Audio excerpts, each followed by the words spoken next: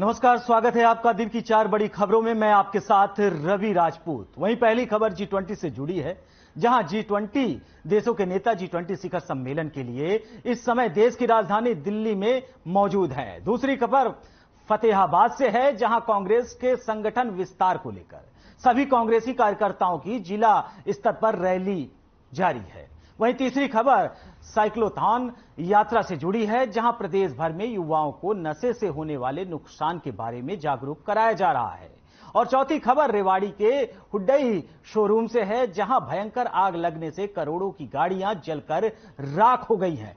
तो आज इन्हीं 4 बड़ी खबरों पर हम चर्चा करने वाले हैं, जो आज दिन भर चर्चा का विषय बनी हुई है। G20 शिखर सम्मेलन का जोरदार आगाज हुआ है। 20 देशों के राष्ट्र प्रमुख भारत की राजधानी दिल्ली में इस समय G20 के जो सम्मेलन है उसमें प्रतिभाग कर रहे हैं, और कुमारी सलजा जिंदाबाद के कांग्रेस के कार्यकर्ताओं ने नारे लगाए। वहीं युवाओं को नशे से बचाने के लिए रैली निकाली जा रही है, और करोड़ों की गाड़ियां जलकर पूरी तरीके से खाक हो गई हैं। इन्हीं आज 4 बड़ी खबरों पर हम चर्चा करेंगे, और इसकी एक एक जानकारी से आपको रूबरू कराने की हम पूरी कोशिश करेंगे। वहीं पहली खबर G20 शिखर सम्मेलन को लेकर है, जहां भारत G20 की अध्यक्षता कर रहा है। प्रधानमंत्री नरेंद्र मोदी 20 देशों के राष्ट्र प्रमुखों के साथ बैठक कर रहे हैं, और ये कुल मिलाकर दिल्ली में भारत मंडपम में आयोजित है। 20 देशों के राष्ट्र प्रमुख, यानी किसी देश के राष्ट्रपति, किसी देश के प्रधानमंत्री इस समय भारत में मौजूद है।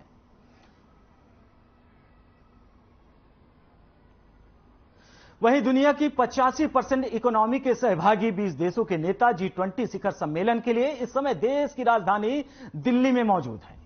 आज इस समिट का पहला दिन है, और नई दिल्ली के प्रगति मैदान स्थित भारत मंडपम में बेहद जरूरी वैश्विक मुद्दों पर चर्चा के लिए ग्लोबल लीडर्स एकत्रित हुए हैं। बता दें कि प्रधानमंत्री नरेंद्र मोदी, अमेरिकी राष्ट्रपति जो बाइडेन, ब्रिटेन के पीएम ऋषि सुनक, कनाडा के पीएम जस्टिन ट्रूडो समेत 20 देशों के राष्ट्रीय अध्यक्ष और अंतर्राष्ट्रीय संस्थाओं के प्रमुख वैश्विक मुद्दों पर चर्चा कर रहे हैं।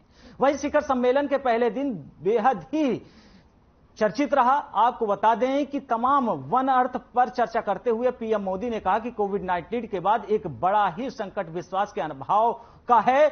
युद्ध ने इस कम हुए भरोसे को गहरा कर दिया है। जब हम कोविड को हरा सकते हैं, तो हम आपसी विश्वास पर आए संकट पर भी विजय हासिल कर सकते हैं। वहीं दिल्ली से सटे हरियाणा में भी G20 सम्मेलन को लेकर सुरक्षा के कड़े प्रबंध दिखाई दिए, और दिल्ली में कॉमर्शियल वाहनों की एंट्री पर रोक लगी हुई है। तो यानी G20 के लिए 20 देशों के राष्ट्र अध्यक्ष इस समय भारत दौरे पर हैं, देश की राजधानी दिल्ली में मौजूद हैं। वहीं दिल्ली को पूरी तरीके से सुरक्षा के पुख्ता इंतजाम किए गए हैं।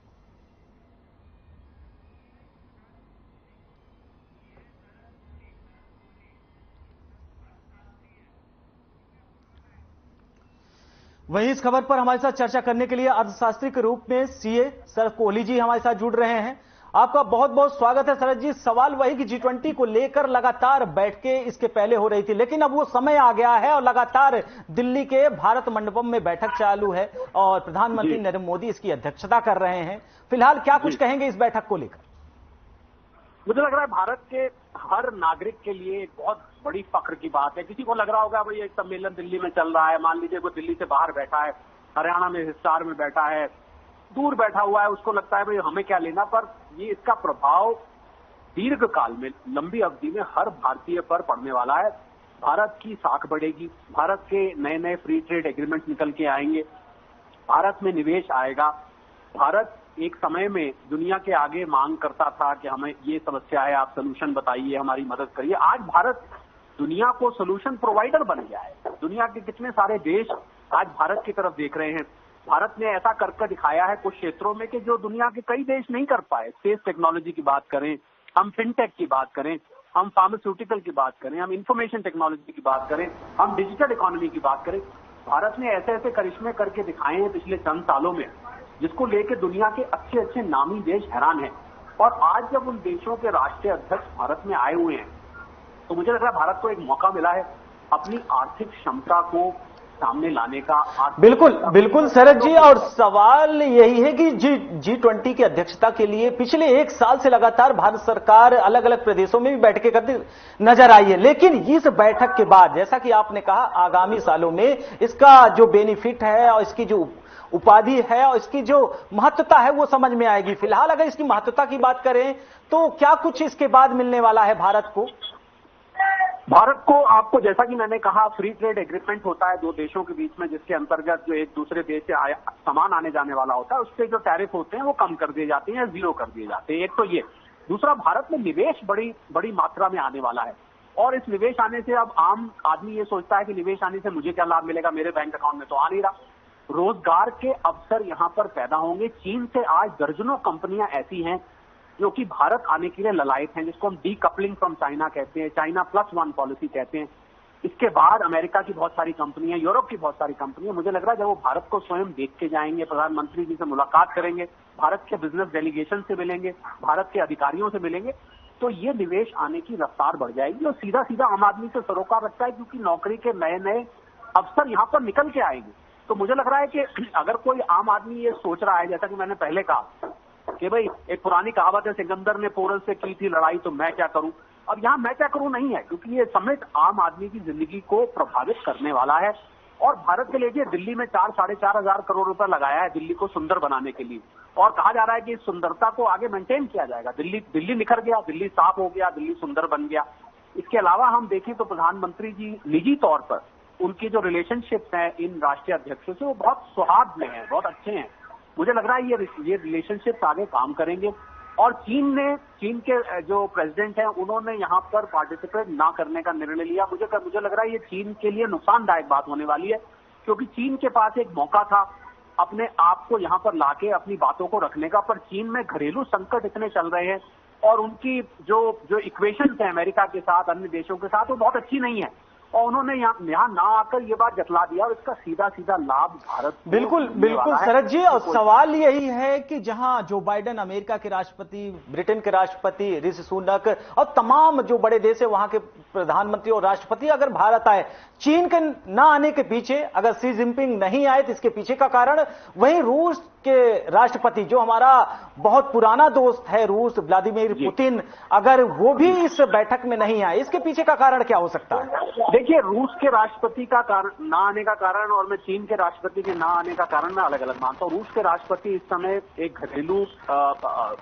कलह चल रहा है, यूक्रेन के साथ घमासान युद्ध चल रहा है, और ऐसे उनके खिलाफ रेड कॉर्नर नोटिस भी निकले हुए हैं। हालांकि मैं मानता हूं रूस भारत का दशकों पुराना मित्र है और आज भी है और आगे भी रहेगा, पर उनके खिलाफ रेड कॉर्नर नोटिस हैं। मॉस्को पर लगातार ड्रोन के अटैक यूक्रेन कर रहा है। ऐसे में रूस के राष्ट्रपति वहां से नहीं निकलना चाहेंगे। मैं उनकी मजबूरी मुझे पूरी तरह से समझ में आती है, परंतु चीन के राष्ट्रपति का ना आना, एक अंग्रेजी में शब्द होता है कॉन्स्पिक्वस होता है, जब आपकी कमी को लोग नोट करते हैं कि आप क्यों नहीं आए, उसके बारे में अटकलें लगाई जाती हैं। तो मुझे लग रहा है कि दोनों के ना आने के कारण अलग अलग है, हमें दोनों को ना आने को एक जैसा नहीं देखना चाहिए। पहले तो मैं स्पष्ट करना चाहूंगा, क्योंकि रूस आज भी हमें डिस्काउंटेड ऑयल दे रहा है, ऐसे कीमत पर ऑयल दे रहा है। जब आज $90 क्रूड ऑयल की कीमत जा चुकी है, हमें आज भी $10 के आसपास का या इससे भी ज्यादा कुछ लॉट्स में हमें डिस्काउंट मिल रहा है। तो हमें रूस को उस तरीके से नहीं लेना चाहिए, क्योंकि उनके विदेश मंत्री यहां पर आए हैं जो कि पूरी की पूरी पावर रखते हैं, और इससे समिट पर कोई असर नहीं होने वाला है। इन लोगों के ना आने से या आने से इसका एजेंडा तय हो चुका है। भारत ने वासुदेव कुटुंबकम का नारा दिया है, प्रधानमंत्री जी ने ग्लोबल साउथ की बात की है। बिल्कुल शरद जी, सवाल भी यही है कि जिस उपलब्धि और जिस हिसाब से भारत की सरकार ने G20 को लेकर तैयारियां की है, अलग आपने देखा है कि हर प्रदेश की अलग अलग राजधानियों में इसकी तैयारी एक साल पहले से ही की जा रही थी, और देश की राजधानी दिल्ली में कितने बड़े लेवल पे इस पे खर्चा हुआ। वहीं G20 का सवाल यह है शरद जी कि इस बैठक के बाद भारत की छवि आप कहां देखते हैं? ये हम लोग आपस में एक चर्चा करते हैं, विश्व गुरु बनेगा भारत, क्या आपको लगता है कि उसकी ओर पहला कदम है ये? मैं आपको निजी तौर पे बताता हूं, मैंने पूरे विदेश का कई दफे भ्रमण किया हुआ है, और मैं जब आज से 8-9 साल पहले जाता था तो जिस तरीके से भारतीयों को देखा जाता था, और आज जब मैं विदेश जाता हूं तो भारतीयों को एक अलग नजर से देखा जाता है। भारत की छवि, भारत की जो आर्थिक क्षमता है, जिसको हम इकोनॉमिक पावर कहते हैं, वो बहुत हद तक बढ़ चुकी है। 13.5 करोड़ लोगों को मल्टी डायमेंशनल पॉवर्टी इंडेक्स से भारत ने बाहर निकाला। ये कोई मजाक की बात नहीं है, ये कोई हल्के में नहीं लेना चाहिए। इतनी तो कई देशों की आबादी नहीं होती है। तो मुझे लग रहा है भारत की जो आर्थिक क्षमता है, आज भारत दुनिया की 5वीं सबसे बड़ी अर्थव्यवस्था है, तीसरी बनने की ओर अग्रसर है। भारत दुनिया की सबसे तेज बढ़ती हुई अर्थव्यवस्था है। और मुझे लग रहा है कि जो दुनिया के छोटे छोटे देश हैं, आप देखिए अमेरिका में हल्की फुल्की ग्रोथ है, 2% के आसपास ग्रोथ है। वैश्विक ग्रोथ की बात करें वो 2.5-3% के आसपास है। यूरोप में रिसेशन है, भारत में 7.8% अभी कुछ दिन पहले जीडीपी के आंकड़े निकल के आए हैं। तो दुनिया इस बात को लेकर हैरान है कि जिस कोविड से भारत भी त्रस्त था, हम भी त्रस्त थे। जिस रशिया यूक्रेन क्राइसिस की वजह से महंगाई बढ़ी, भारत भी त्रस्त था, हम भी त्रस्त थे। तो भारत ने ऐसा क्या किया, भारत ने ऐसी कौन सी नीति थी जिससे भारत 140 करोड़ लोगों के बाद भी इतनी तेजी से बढ़ने लगा। मुझे लग रहा है इस बात को लेकर जितने भी राष्ट्रीय अध्यक्ष आए हैं वो बहुत गहन चिंतन करेंगे भारत के साथ बैठ के। भैया वो जादू की छड़ी, वो नीति हमें भी बताइए, हम भी अपने देश में जाके। और आज अमृतकाल में जब 2047 भारत विकसित की तरफ बढ़ रहा है, $5 ट्रिलियन तो बहुत छोटा लक्ष्य हो गया, ये तो अभी 2-3 साल में आपको आता दिख जाएगा। आज भारत 10 ट्रिलियन 15 ट्रिलियन की बात करता है। तो ये देश जानना चाहते हैं। मुझे लग रहा है कि भारत को के अंदर जो इंटरेस्ट दिखाई देगा, ये लोग G20 समिट में जब बात करेंगे तो ये भारत में जो साइट सीइंग करेंगे वो तो है ही है, पर ये भारतीय अधिकारियों से, प्रधानमंत्री जी से जरूर समझना चाहेंगे कि क्या आपने ऐसा किया है जो हम नहीं कर पाए, और हम भी अपने देश में जाके उन नीतियों को लागू करें। जब मैंने कहा कि सोल्यूशन प्रोवाइडर भारत बन के निखर के आ चुका है। बिल्कुल शरद जी, और सवाल भी यही है कि लगातार भारत ने जिन उपलब्धियों को देखा है, विश्व गुरु बनने का जो सपना देखा है, उसकी ओर ये पहला कदम है। वहीं अगर शरद जी जिक्र करें अपने पड़ोसी मुल्क पाकिस्तान की, अगर ऐसी बड़ी उपलब्धि जब भारत हासिल करता है तो पाकिस्तान की याद जरूर आती है। क्या कुछ कहेंगे? एक कहावत होती है कि अपने पैर पर कुल्हाड़ी मारना। मुझे लगता है सबसे जीता जागता उदाहरण अपने पैर पे कुल्हाड़ी मारने का पाकिस्तान है। जो देश खाली आतंकवादी नीतियों को सपोर्ट करता है, जो आतंकवादियों की अपने देश में ब्रीडिंग करता है, ठीक है, जहां के हुक्मरान सिर्फ अपनी जेब भरते हैं, जहां सिर्फ करप्शन के अलावा कुछ नहीं दिखाई देता, जहां इस समय भुखमरी है, इन्फ्लेशन वहां पर 30% पहुंच गया है, पेट्रोल वहां पर पाकिस्तानी रुपए 300 से ऊपर है, उनका जो पाकिस्तानी रुपया है वो प्रति डॉलर 300 से ऊपर है। कोई भी आर्थिक पैमाना, जिसको हम इकोनॉमिक पैरामीटर कहते हैं, पाकिस्तान में इस समय ठीक नहीं है। ये इस बात को दर्शाता है कि अगर आपका ध्यान देश की उन्नति की बजाय खाली आतंकवादियों को अपने देश में पनपने देना हो, तो क्या आपका हश्र होता है, जिसका जीता जाता एग्जाम्पल पाकिस्तान है। मेरा अपना मानना है अर्थशास्त्री होने के नाते कि पाकिस्तान कुछ ही समय में अपनी मौत खुद मर जाएगा, वो डिसइंटीग्रेट हो जाएगा, छोटे छोटे उसके प्रोविंस बढ़ जाएंगे और वहां पर हाहाकार मचने वाला है। आप कुछ दिन का इंतजार करिए। बिल्कुल शरद जी, और सवाल भी यही है कि हमारे ही देश का एक पार्ट अलग होकर पाकिस्तान बना, आज वो कहां है और हम कहां हैं।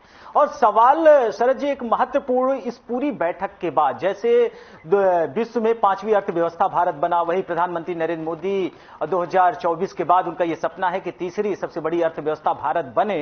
तो क्या आपको लगता है कि ये जो G20 शिखर सम्मेलन है, ये उसका महत्वपूर्ण कदम है, और महत्वपूर्ण पहला कदम अगर माने तो? बिल्कुल, देखिए, भारत का तीसरी सबसे बड़ी अर्थव्यवस्था बनना अब तय है। जिस रफ्तार से भारत बढ़ रहा है, हम अगर 8% के 9% के आसपास बढ़ते हैं तो मेरी कैलकुलेशन कहती है कि हम 2027-28 तक, हद से हद 28-29 तक हम $5 ट्रिलियन तो स्वाभाविक रूप से ही पहुंच जाएंगे। $5 ट्रिलियन की तो अब बात करना एक बहुत छोटे लक्ष्य की बात करना है। हमें अब ये देखना है कि भारत से गरीबी जितनी जल्दी हट सकती है हटे, भारत से बेरोजगारी जितनी जल्दी हम हटा सकते हैं हम हटाएं, भारत से जो भी समस्याएं हैं, कृषि क्षेत्र में समस्याएं, हम उन पर फोकस करें। जीडीपी सेंट्रिक अप्रोच, प्रधानमंत्री जी ने अभी कल परसों बहुत ही रोचक बात करी कि आप जीडीपी सेंट्रिक अप्रोच ना रखिए, आप ह्यूमन सेंट्रिक अप्रोच रखिए। दुनिया के बहुत सारे ऐसे देश हैं जहां पर जीडीपी इतनी नहीं है, $200 मिलियन, $300 मिलियन जीडीपी है, वहां की जनता पिछड़ी हुई है। अफ्रीका के देश हैं, ग्लोबल साउथ की प्रधानमंत्री जी ने बात करी, तो ग्लोबल साउथ का उनका मतलब ये था जो देश पिछड़े हुए हैं, हम एक समाहित विकास की बात करें, इंक्लूसिव ग्रोथ जिसको कहते हैं। तो मुझे लग रहा है कि भारत अब उन देशों को साथ लेके चलना चाहता है। भारत के जो अपने अनुभव रहे हैं इतने सालों में, आज भारत उन अनुभवों से उन देशों को प्रगति की राह पर लाना चाहता है। बिल्कुल, और शरद जी, और इसी वजह से जैसा कि आपने कहा कि आज भारत संपूर्ण यानी कि विश्व को अपने साथ लेकर चलना चाहता है। भारत के अंदर ये विश्व गुरु का जो बनने का सपना है, सभी देशों को साथ में लेकर चलने का, वो प्रधानमंत्री नरेंद्र मोदी पहले ही कह चुके हैं। फिलहाल शरद जी, आप हमारे साथ जुड़े और अधिक चर्चा किए, फिलहाल आपको बहुत बहुत धन्यवाद। बढ़ते हैं अगली खबर की ओर, जहां कांग्रेस के पर्यवेक्षक विधायक प्रदीप चौधरी और जयवीर वाल्मीकि और कुलजीत सिंह फतेहाबाद के रेस्ट हाउस पहुंचे। और बता दें, कांग्रेस के संगठन विस्तार को लेकर सभी कांग्रेसी कार्यकर्ताओं को जिला स्तर पर रैली की जा रही है। वहीं जिसे लेकर फतेहाबाद में पर्यवेक्षकों ने कांग्रेस नेताओं की राय ली। इस दौरान पर्यवेक्षक बंद कमरे में नेताओं की राय ले रहे थे। वहीं कांग्रेस की कई कार्यकर्ता कुमारी सलजा जिंदाबाद के नारे लगाए और जिसके बाद ये लगने लगा कि नहीं, अभी भी कांग्रेस में जो गुटबाजी का दौर है वो शुरू है। बता दें कि पर्यवेक्षक ने कुमारी सलजा और भूपेंद्र सिंह हुड्डा के दोनों गुटों को अलग अलग मांग पत्र सौंपा और दोनों गुटों ने मांग की कि उनके नेताओं के नाम भी चुने जाएंगे और वह उनका समर्थन करेंगे। कांग्रेस के जिला प्रधानों को लेकर मुख्य तौर पर मंथन चल रहा है, जिसकी लिस्ट जल्द जारी हो सकती है। मीडिया से बातचीत करते हुए कांग्रेस के पर्यवेक्षक जयवीर वाल्मीकि ने कहा कि वे जल्द से जल्द अपनी लिस्ट बनाकर हाईकमान को भेज देंगे।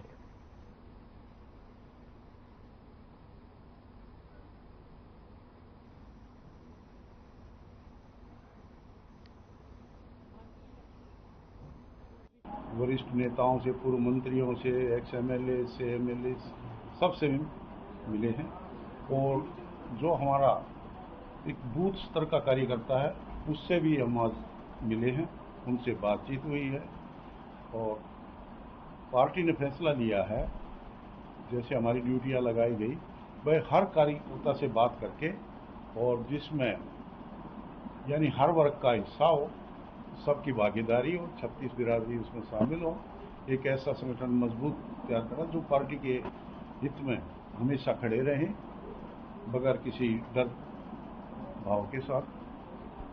तो उसी की तैयारियों के लिए हम आज कंप्लीट तीनों विधानसभा हमने कवर किए हैं। माननीय पूर्व मुख्यमंत्री चौधरी भूपेंद्र सिंह हुड्डा जी,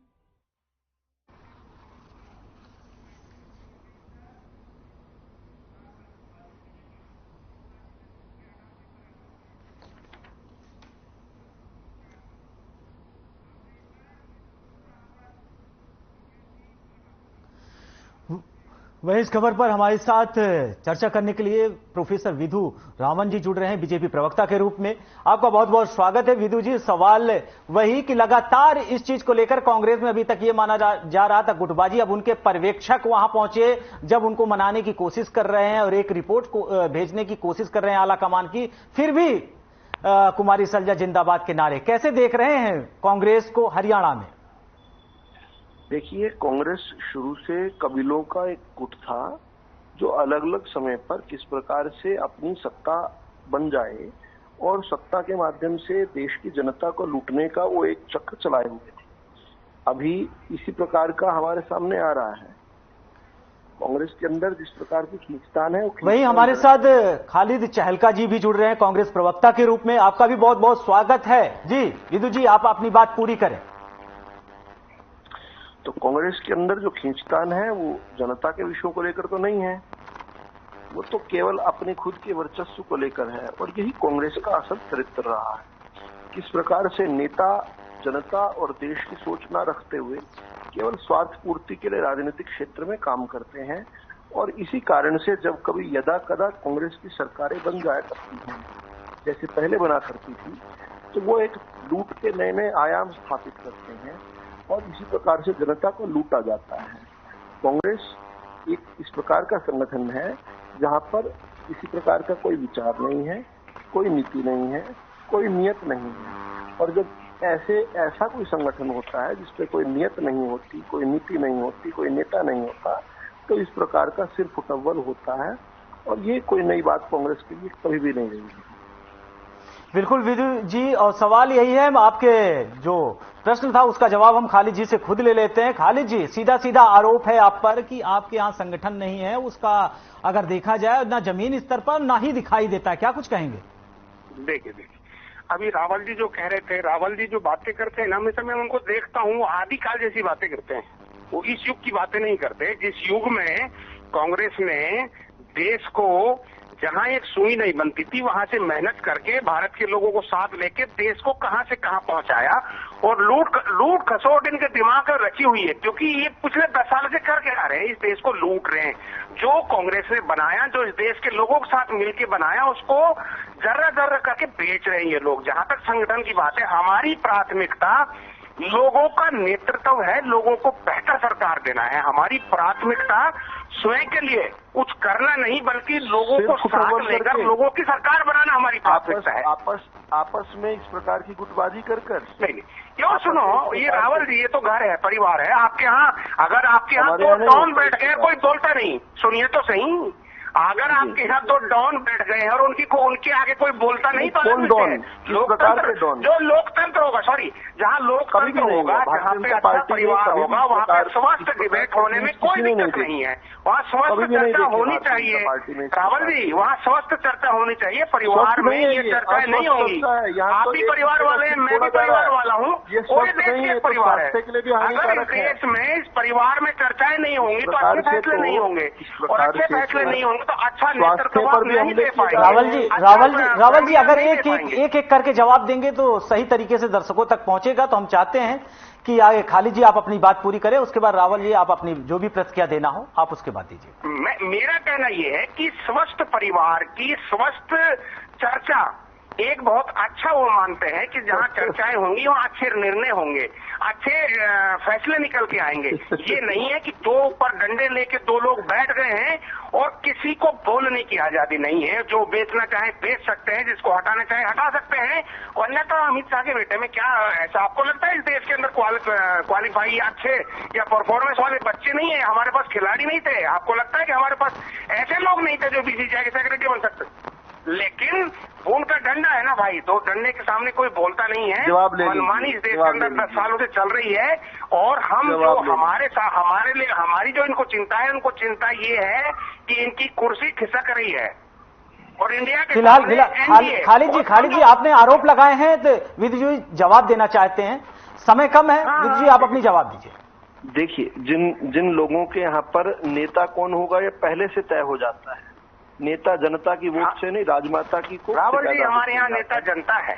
ये आप बीच में बोल रहे हैं खालिद चहल का? नहीं, वो आप खालिद चहल का मुझे रोककर बीच में बोल रहे हैं। ये देखिए खालिद जी, रावल जी हमारे पास समय कम है, आप दोनों मेहमानों को हम यहीं रोकना चाहेंगे। फिलहाल आप हमारे साथ जुड़े, बहुत बहुत शुक्रिया। बढ़ते हैं अगली खबर की ओर, जहां पंजाब की तर्ज पर अब हरियाणा ही नहीं बल्कि देश के दूसरे राज्यों में भी युवा नशे की लत से फंसकर न केवल अपना स्वास्थ्य खराब कर रहे हैं बल्कि अपने भविष्य के साथ भी खिलवाड़ कर रहे हैं। इसी कड़ी में अगर हम बात करें तो तमाम चीजें सामने आती हैं। प्रदेश को नशा मुक्त बनाने के उद्देश्य से मुख्यमंत्री मनोहर लाल ने साइक्लोथॉन यात्रा को 1 सितंबर को करनाल से हरी झंडी दिखाकर रवाना किया था और आज रेवाड़ी से महेंद्रगढ़ के लिए सहकारिता और जनस्वास्थ्य मंत्री डॉक्टर बनवारी लाल ने इस यात्रा को युवाओं को नशे की लत से बचाने का संदेश दिया, साथ ही हरी झंडी दिखाकर रवाना किया। इस दौरान मंत्री डॉक्टर बनवारी लाल ने कहा कि आज प्रदेश में पंजाब की तर्ज पर नशे का कारोबार बढ़ता जा रहा है, जो बेहद ही चिंता का विषय है। वहीं साइकिल यात्रा को लेकर प्रदेश भर में जोश और उत्साह पूरे चरम पर है। साथ ही लोक कलाकारों ने सांस्कृतिक मंच से नशा मुक्त हरियाणा का संदेश भी दिया है। आपको बता दें कि साइक्लोथॉन रूपी इस जन जागरूकता यात्रा में युवा बढ़ चढ़कर हिस्सा ले रहे हैं।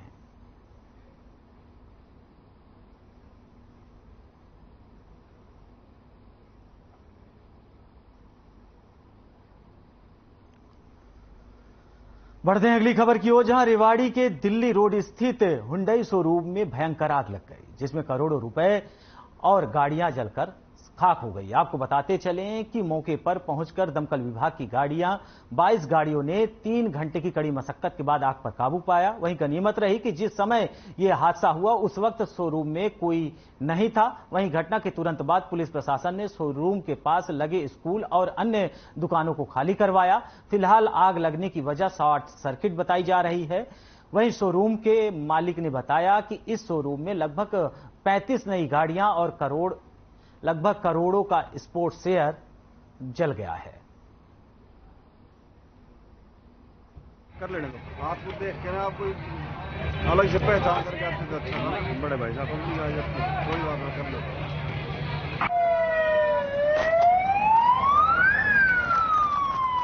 वहीं आपको बता दें कि रेवाड़ी में बड़ी दुर्घटना हुई। आपको बता दें अचानक शोरूम में आग लग गया और आग लगने से कई गाड़ियां जल गईं और जिसके बाद पूरी तरीके से दमकल की कई गाड़ियां मौके पे पहुंची, घंटों मशक्कत करती रहीं आग पर काबू पाने के लिए। फिलहाल अब आग पर काबू पा लिया गया है। वहीं शोरूम से सटे स्कूल और जो अन्य दुकानें थी उन्हें भी प्रशासन ने तुरंत बंद करने के निर्देश दिए हैं। वहीं आपको बता दें कि शोरूम की ये भयंकर निकलती लपटें कई गाड़ियों को अपनी आगोश में ले ली हैं।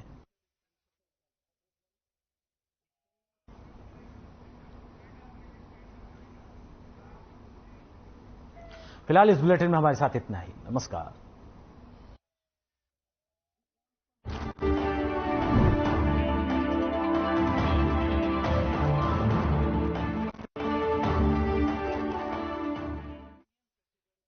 Proposal of a One Future Alliance has also been noted. The G20 has reaffirmed the fundamental importance of gender equality and committed to halve the digital gender gap by 2030. Recognizing that the post-pandemic world order must necessarily be different from the world before it, the leaders have also emphasized the need to reinvigorate multilateralism and reform international financial institutions. This is particularly relevant to managing global debt vulnerabilities. So, as you can see, there have been many far-reaching and very consequential policies and decisions that have been agreed upon today. Keeping all that in mind, I would, at this stage, request Finance Minister to highlight the key issues from the finance track. Thank you, Jai Shankar ji.